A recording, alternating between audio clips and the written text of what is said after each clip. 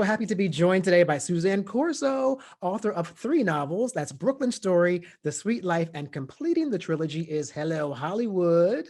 Now, Suzanne has been a contributing TV film correspondent for NBC's Today Show, a columnist for Downtown Magazine, and she's been featured in O Magazine, USA Today, oh gosh, Daily News, everything and more. So, Suzanne, welcome to Motivational Mondays. Thank you for having me. Yes, it's my pleasure. Great to see you. Great And to see you. well, I love it because, we do know each other, but we haven't, Yes, the whole pandemic thing sort of I know. shut us all in. So no one's really seen each other in person. So this is like the first that we've actually really seen each other. I'm going to have to see you live and give you a hug very Yes, soon. yes, Yes, pending. Yes, coming soon, indeed. But, yes. I want to talk to you about Brooklyn Story because one of the questions I'm always curious to know, and I don't think I've ever asked you this because it was Hmm. always kind of assumed. But let's start with the fact that Brooklyn Story is based on a character named Samantha Bonte, right? Based in Yes. 1978 in Brooklyn. She's a girl with dreams, of maybe seeing, or maybe she inadvertently begins to see outside her environment. I never asked you, like, is Samantha directly an autobiographical character, or is she a composite of you and other people? How do you answer that question? Well, she's me, 100%, Mm, 100%, because I am a person that writes about what I know. So when my grandmother handed me her Smith Corona typewriter and said, Bubala, write yourself out of this story, that's exactly what I wanted to do. And mm, I was able to do so through my faith and my writing. So yes, it is based totally on me. Of course, we change names, places, events, and things that we do. You give, characters other names, you have to, right. but it's really based on me. Mm. It's Yeah, fascinating too because some of that, well, it's really, well, as far as pop culture is concerned, it has these right. two really, really great themes that are really always very popular, like the sort of like Jewish Italian Brooklyn neighborhood, Totally. which is so popular in a lot of pop culture films in general. Hmm. It talks about the mafia culture as well, Yes, and yes. that's a really real thing. So, was that like an actual part of the environment of the neighborhood you grew up in? Absolutely. Especially around that time, they were very prominent in the neighborhood, completely different now. It's not the Hmm. same, Right, but right. they ruled the neighborhoods and Mm. they kept them safe, so to speak. Like the police would, they would keep them safe. And a lot of girls my age would, I hate to say fall prey, but it's the only way to say it, to dating these type of men. Hmm. Then your problem was trying to get out. Isn't that something? So you kind of went from the frying pan into the fire, so to speak. Absolutely, absolutely. And you had to know how to get out. And if you can't get out, what are you going to do? Hmm. Hmm. And that speaks to that idea of there's something dangerously alluring about people Yes, like that, right? yes. And then you grow up and you realize, how could I date someone who is a criminal for a living? You can't do that. I mean, I know women like men with an edge, but an edge could be getting up in the morning and going to work. That's an edge. Right. Instead of getting up, grabbing a gun and going to rob a bank, Right, there's a right. big difference. Hmm. But as a child, I was privy to both, and I'm glad it worked out for me. That's why I Yeah. had to write the book. I had to. I mean, it was therapeutic for me. If I didn't write that, I don't know what I would have done. Yeah. And I think what's great about it is, although your particular setting takes place in 1978 and it's about Hmm. the mafia situation, um, it it's relatable to women, young women who are in a Sure. situation with men that can be tumultuous. Doesn't have to be the exact same dynamics, but it's No. really, about just those dangerous relationships in general. Yes. I mean, you don't have to date a criminal to be in a dangerous relationship. I mean, I think the first thing, and I've said this in so many interviews, when a man tells you shut up, just that one time, you have to take Mm, notice to that. You cannot throw that under the rug. You have to pay attention. Especially women of today. You cannot wow. take abuse from any man at all. And you have Mm. to approach it accordingly. It's not worth it. It's not worth it to be in love with someone who's going to abuse you. Mm. There's no reason for it. That's very important, especially considering right now the recent headline with the young girl from, it was Gabby, I forgot the last name of the young lady who Oh, was, yes, yes, unfortunately yes. killed by her boyfriend. And it was Oh, literally, there's all kinds of conversations in hindsight that, well, he was a little this and he was a little that. Well, if you see those signs, ladies or sure. friends of ladies, you have to make sure you, Yes, you know, yes. And I saw so many signs, so many red flags. but I didn't leave. And then when I was ready to leave, I couldn't leave. It was for me, I lucked out because he went to prison for 25 years. So that was a score. I got out. But even when he was away, he would be sending messages for me not to date certain people. Right, right. It's just when a man tries to take control, how I look at it? Men like that, men who abuse women, are weak men. I know it sounds interesting, but those are the weak men. Men who take care of women and build them up, put them on pedestals where they should be. After all, we do give birth. Those are the strong men. Yeah. That's how I look at it. So you Yeah. could pin a weak man immediately. Mm. When you say that, I love it because I often say, why are men often so afraid of women in politics, for example, or Right. because in reality, the world I come from, the women were the ones who took care of business in the house, kept the Right. men together, kept the family Right. together, were the Mm-hmm. organizers, were the nurturers. So to me, if you parlay that into a structure of a corporation or Right. politics, I mean, it's only going to make Mm-hmm. the situation better. So I don't know why men sometimes have that fear of women. It depends on the man, and it depends on how secure the man is with himself. Mm, Because a lot of men are insecure. They could yeah. be the most powerful, richest men ever, but they can be insecure within themselves. And that falls onto the woman that they're with. Mm, wow. So yeah, it's a delicate situation, but women have to be very smart and pin it immediately. Yeah. Get out earlier than Get later. out. That's the first Yeah. warning sign. Tells you to shut up. You got a Listen, problem. when he had me at hello, he had me at shut up, and that was it for me. Yeah. Yeah. Yeah. Wise Yeah. decision. Yes. I love that. Should be a He had me t-shirt. at Yeah. shut Had me up. at Yeah, yeah. had me at shut up. I was done. I was Yeah. out. That's a great one. Well, so the writing process though. So let's talk Right. about that. So you have the story swirling around, that's your story. You want to get it from here and here to Right. paper. Um, do you have trepidation like, oh, I can't say that. Oh, I can't tell that. Do you have No. those concerns? It's interesting because don't forget, I'm 17. I'm in this crazy relationship. And I also have my grandmother and my promiscuous mother at home. So it was a lot of stuff I was writing about.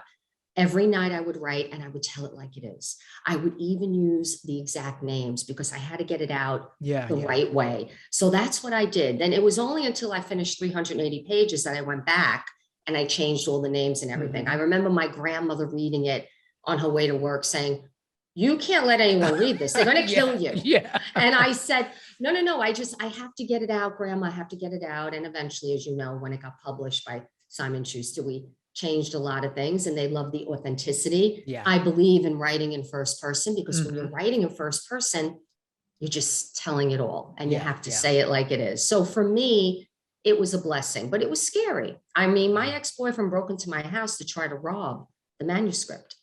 He thought, Wow.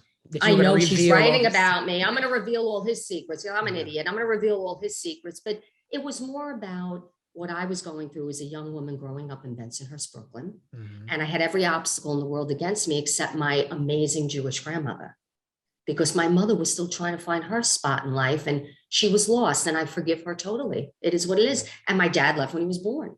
So there's nothing you could do about it. But you need to have faith. You need to have something that you believe in to get out of a situation. Yeah. And you Yeah. are of both ethnicities, right? Jewish and Italian. Well, I'm Catholic, so I made all my sacraments. That's When right. I got married, I made all my sacraments in a week. Baptism, they had me in the water. It was fabulous. Communion, confirmation, I know. You did them And all. marriage. You did them Marriage is a all. sacrament, all in 1 week. And, I love the church, but at the end of the day, in the Jewish religion, I'm a Jew.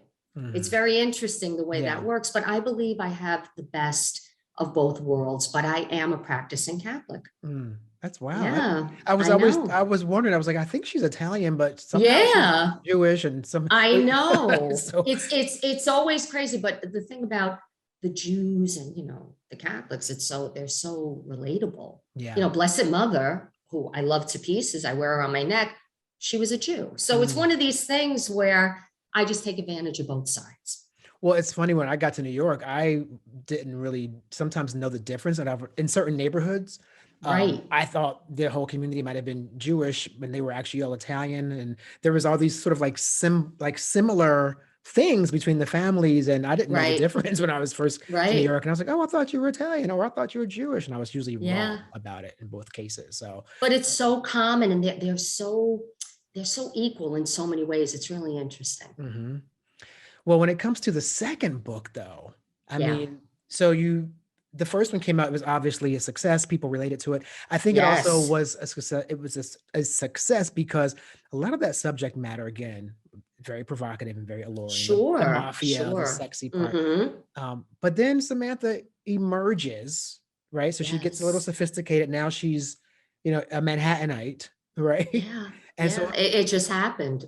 so yes, tell me about that evolution. I guess for you though, Well, that inspired you. yeah, it's very interesting because I went from mafia welfare food stamps. Think about where I come from. Okay, Bensonhurst, Brooklyn.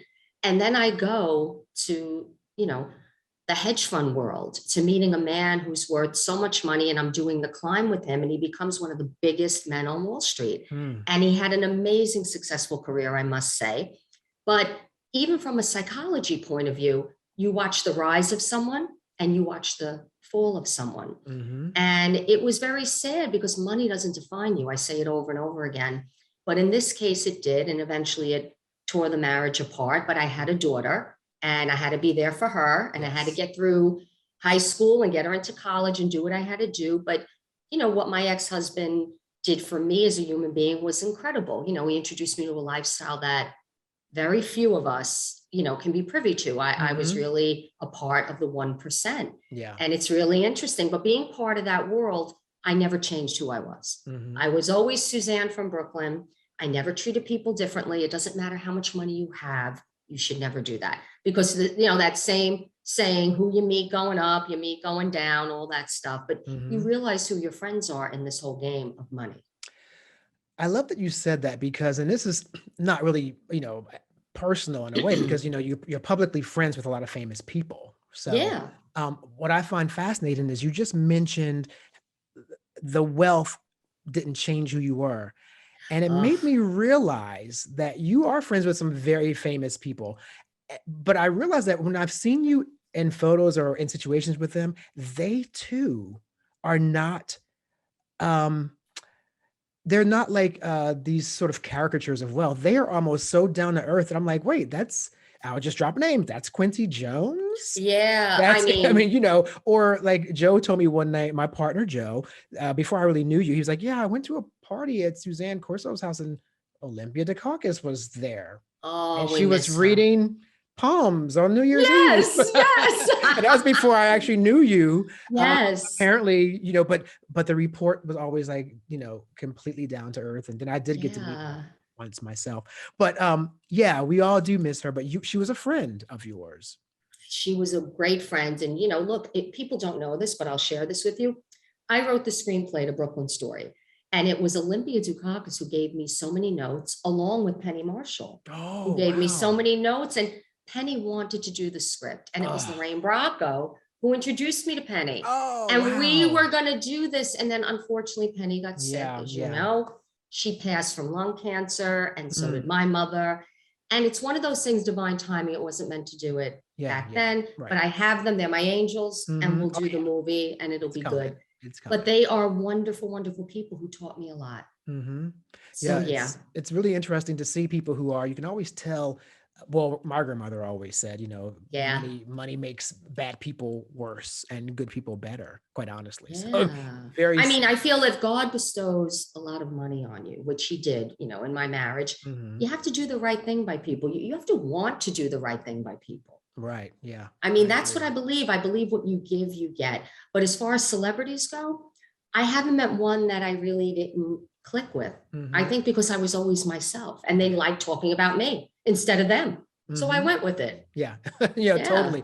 One of the greatest lessons I learned when I began to interview celebrities and sort of, I was like this fish out of water. All of a sudden in New York City, I'm like at Sandra Yeah. Bernhardt's apartment. And at any moment, like, a supermodel walks in. And I think once like Marlon Brando called her when I was there, it was just, a whole other thing you Yeah. step into. And I was like kind of overwhelmed. And the stylist, Robert Verdi, Yeah. The Yeah. designer. He said, listen, he saw me kind of overwhelmed. He goes, listen, I want you to remember something. When you interact with celebrities, you come at them like this on the same level, not like Hmm. this. You're not looking up. You're not starstruck. You get a lot more. Just meet them where they live. Just be normal. And it Sure. was like a great lesson for me being like, 23, all of a sudden Yeah, in a room with like Liza Minnelli and Billy Joel, I and I had know. no idea how to handle that being from a But little. look at you. Look at the kind of person you are. You bring a lot to the table. You're a celebrity. Well, I like to think that maybe I am and the world just doesn't know it yet, but we're getting there.